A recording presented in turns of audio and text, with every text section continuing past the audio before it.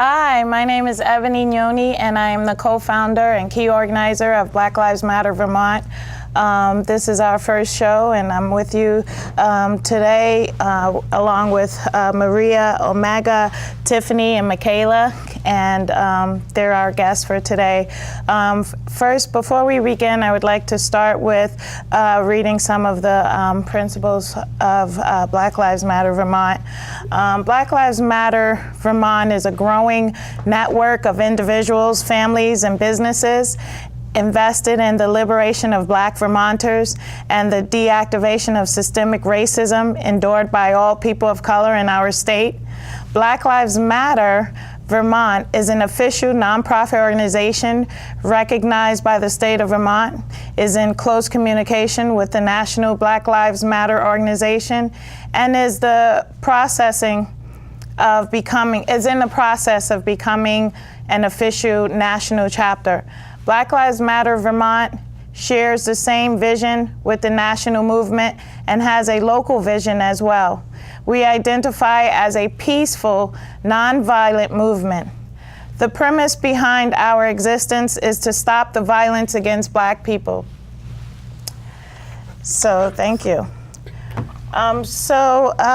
Today we're here because we're going to talk about a recent incident that occurred in within the Milton School District. And we invited parents as well as students who are part of the school district to share their story with us. Last week we were able to go to the school, a few of us community members as well as Mikhayla and her mom, and attempt to have a dialogue with the administration. And unfortunately, we didn't get the results that we were looking for. Actually, Mikhayla is continuing to be harassed racially, to receive bad racial messages, and feel unsafe and uncomfortable with going back to school. And so the youth are going to be sharing their stories. I have Mikhayla here, and she is going to talk about what happened to her at school recently, last week. We were at school, and a girl was saying racial things about the Black people in Milton, and I went to a teacher and I tried to talk to her about it, but she yelled at me. And so, I was really upset, and I went to go get have my own space, and then a police officer followed me and was staring at me when I went to class. And that wasn't the first time that someone has been disrespectful and being racist towards me. And it wasn't the girl's first time either. But I got suspended for standing up for myself. Yeah. Yeah. And Mikhayla, what was another time? Were there any other time, like you just said, that wasn't the first time?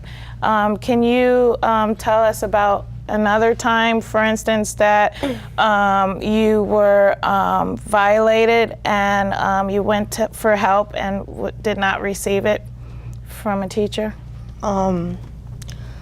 Last year, when I was in 6th grade, we were watching a film, and the substitute said that they were going to say the N-word in the film, and a boy pointed at me, was talking to another kid and pointed at me, and yeah. Mm-hmm. Mm-hmm. And today you're here with your friend who is also a student at Milton Middle School, Tiffany. Tiffany, can you share with us your experience with attending the middle school? So at my school, a lot of people are racist, and they don't know how to I don't know, they just do it often, and they don't care about your feelings at all. After, they don't say sorry or anything. And when I try to get help from an adult, they didn't do anything. They just like said they would do something, but it didn't do anything. And have you ever had any specific incidents where someone maybe called you a racial slur? Can you talk more about that? Well, we were watching a film, and it was like a film in Asia, and they were talking about like how I look like them, and then like they offended me because like I don't look exactly like them. They just said some mean things that hurt. Like, I'm sorry.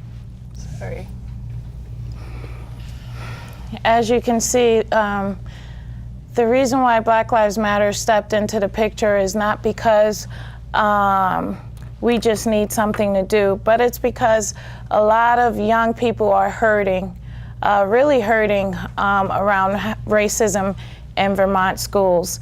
And we need to do something about it. This has been going on too long, way too long in Vermont's public schools. And every day that we don't do something about it is another dream deferred, is another youth hurt and traumatized for life.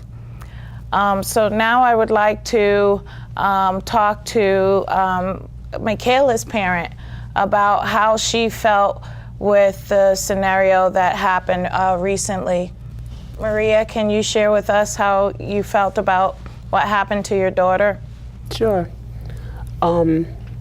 Me being affiliated with the school system already, I mean, I see a lot of things that happen, and never have I thought that it would happen to any of my kids. When Mikhayla came to me, she was distraught, she was shaken, she was crying. And when I asked her what happened, she expressed to me about, you know, a young lady at the school saying racial things and, you know, making a direct comment about the N-word towards her. So when she went to go seek out for help, she didn't get the help that she was looking for. Instead, an adult faculty member yelled at her in her face, and after she yelled at her, you know, she made a statement to her saying, "You're just making matters worse. Go to your class." Then on top of that, having a school resource officer, fully loaded gun and a badge, following my 12-year-old daughter, making her feel even more uncomfortable, telling my daughter, "Well, I'm just doing my job." You know, I wasn't okay with that. And so, not even knowing what the whole story was beside what my daughter expressed to me, principal gives me a call and tells me my daughter had to take a day off from school. So me asking her why, she didn't give me an explanation why. She just said my daughter needed to take a day off from school. So I replied back by saying, "Wait a minute, you're asking my daughter to stay from school, you're suspending my daughter for being called the N-word?" That's when I got hung up on. So, you know, I made phone calls to the district. When I got that phone call back, the superintendent of schools, she wasn't cooperative at all. Her voice was like 0 to 100. And then she just like, "I can't deal with this right now," and hung up. So, you know, I reached out to the community. You know, I've been reaching out to the schools since my daughter got into that school, you know, to educate, you know, parents, teachers, get stories from kids, how things make them feel there, so we could come to a resolution. No replies, no response, nothing. So here it is, I'm a parent, you know, being a voice for my daughter, and it took for me to reach out to other members, even outside of the community, to let that voice be heard, that this is not okay. And I'm not okay with this, because now my child doesn't want to be affiliated with the school. She doesn't feel safe. She doesn't feel comfortable. She's lost trust. So have I. And hearing other stories from other community members about their experiences with their children there, it just brought me to tears. I was disgusted. I'm like, this has been happening here, where my child is going? So, you know, at this point right now, you know, I just want resolution. I want this to stop, because this has affected my household. It affected my daughter. And you know, she may look like she's okay right now, but nobody has to see what she's actually feeling like I am when she's home. You know, like, I mean, she has beautiful support from her friends, but even her friends got consequences for being supportive of her. They too got suspended. You know, there were several incidences with my daughter since being there. She was harassed, bullied, not just by kids, but by teachers as well. She got spit on in her face. She got the consequence, not the other student.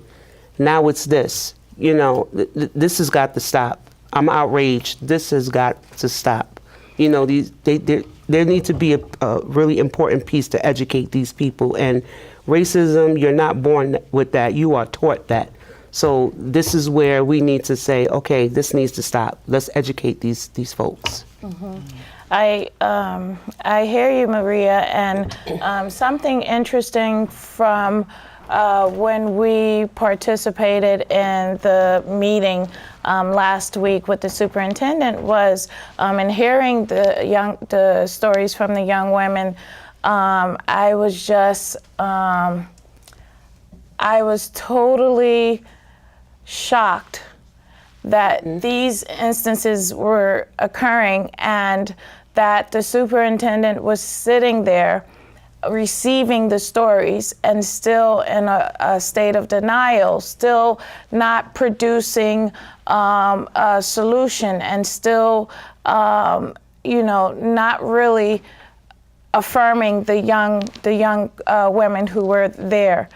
I also heard from another young woman who's not here today, but she's also a middle schooler, and she said that she tried to commit suicide because she kept being called monkey on the basketball team, I believe. Mm-hmm. And we all kind of sat there, and after the stories were being told, and kind of looked at the superintendent for almost leadership. Okay, so what next?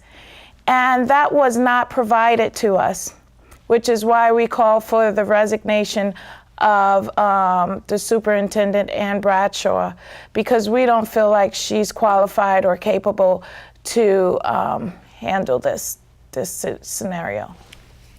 Omega, what do you have to say about this? I have had my own bit of outrage about this. They're like family to me. I came over after you worked at the school the same day that this happened. Like, she was doing their hair and stuff like that, like helping the school, and comes home finding out that her daughter gets not just called out of her name, called a racial slur.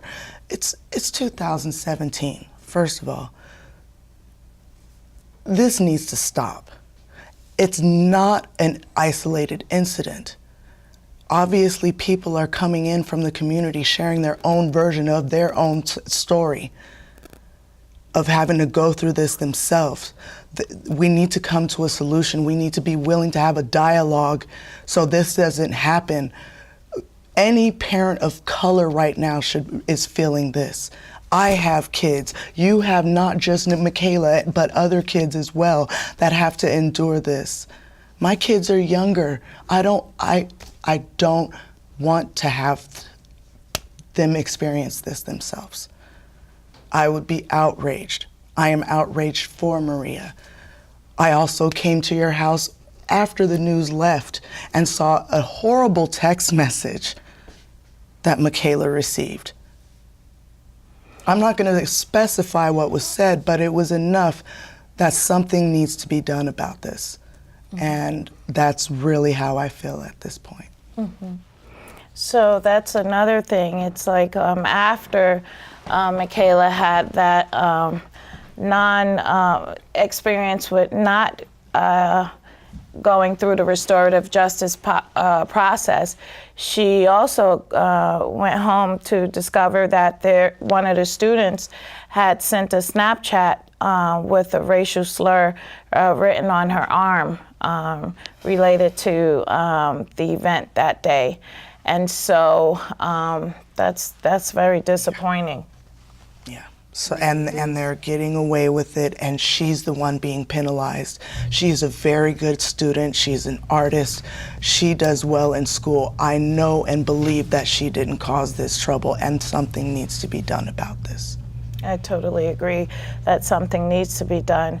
One of the things that we are doing now is you can go to the Black Lives Matter Vermont Facebook page, and we have a letter posted that anyone can download and send to. We have a list of people that they can send it to, whether it's Governor Scott, whether it's the Human Rights Commission, whether it's the State Attorney General's office, to do something. Because at this point, and we also have a letter going to the school board for Milton School District, that something needs to be done, and that one of the things that needs to immediately be done is restorative justice, in the sense of our students who have been victimized on multiple occasions. They need to have some sort of restorative justice. They need to go through the process of feeling safe in their communities again. And we are waiting for people to step up and offer that process. Do you all have anything else to say? Like, how do you feel about going back to the middle school, Mikhayla? I mean, I feel like, I don't know, I just feel like I don't really want to talk to any teachers, kind of, because, like, and it just makes me feel like a lot of people are talking about me. But, like, I have friends that I can talk to that, like, make it so I feel less like people are talking about me. Great. And what about you, Tiffany? I noticed you were getting really emotional when you were telling your story, because this is an emotional scenario. I mean, you girls Mikhayla, you're 12 years old. Tiffany, how old are you? 13. You're 13 years old, Tiffany, and you're just getting started in life. And all you want to do is go to school and receive your education and be with your friends. And this racism is interrupting that very natural process. And how do you feel about the fact that you have to go through these things while other students don't necessarily have to go through them? Well, I feel like a lot of people are talking about me and the situation, but also some may be like laughing about it, and some may feel sorry, but I don't really trust any like teachers and like some students, because they don't know what, like, I don't know. Well, at this point, we will open it up for any callers. The number is 862-3966. If you would like to call in and ask a question, you can do so right now. Again, the number is 862-3966. Maria, if you could talk to your Milton community now, your neighbors, what would you say to them? What I've been saying all along, we need to get it together. This is about our children. We have to lead by example. The kids learn from us. So we need to think positive, be positive, and teach our kids the right way, especially when it comes down to things like this. Because, you know, this is just going to keep going on, and it can become worse. You know, it just bothers me to know that there are young lives that, you know, these kids are affected by this outrage and this disgust that happened with my child, and knowing their stories and how it affected them. You know, at that meeting, I got really emotional. I almost broke down in tears, because the main person, the main character who should have been a part of that meeting, left. She didn't even take accountability or responsibility for none of that meeting, actually. And all I kept hearing was excuse after excuse after excuse. And then on top of that, you know, a suspension follows by a reentry. We did a reentry meeting, and she still didn't take part of it. You know, I had to do this reentry meeting on my own with my daughter and another teacher who didn't even know anything about what was going on. So pretty much they just took the problem and put it on someone else's lap to deal with, instead of the person taking full responsibilities for what she has done or caused. But in my community, I say it all the time, you know, we need to get it together. You know, I look at futures when I look at all these kids, and I don't just advocate just for mines. I do it for all kids. This is why all the kids feel that wholesomeness and feel the trust and safety when they do come around me, is because, you know, I hear them always telling Mikhayla, you know, your mom is so cool, you know, we would like your mom to come and speak for us. And, you know, Tiffany is one of them. She calls me mom. So, you know, like, I do the world. I'll give the world for the kids. Yeah, So we have to do this for the kids. definitely. We have to do it for the kids. Mikhayla, if you can say one thing to your teachers, what would it be? Just not to hide this, like to let it be known that there are people that are racist at the school and just try to change it. And Tiffany, if you had one thing to say to your school, to the Milton School District, what would you say? I always thought that they would be like here for me and other children when we like tell them our problems to them, because I thought I could trust them, but they don't do anything at all. But I just wish they can actually go to someone about this and resolve the problem, maybe. Thank you. Thank you. So as you can see, this is a real serious problem in Milton as well as other school districts throughout Vermont. And we're definitely inviting other people to come on board and help us in this fight to eradicate Vermont public school districts of racism. Thank you.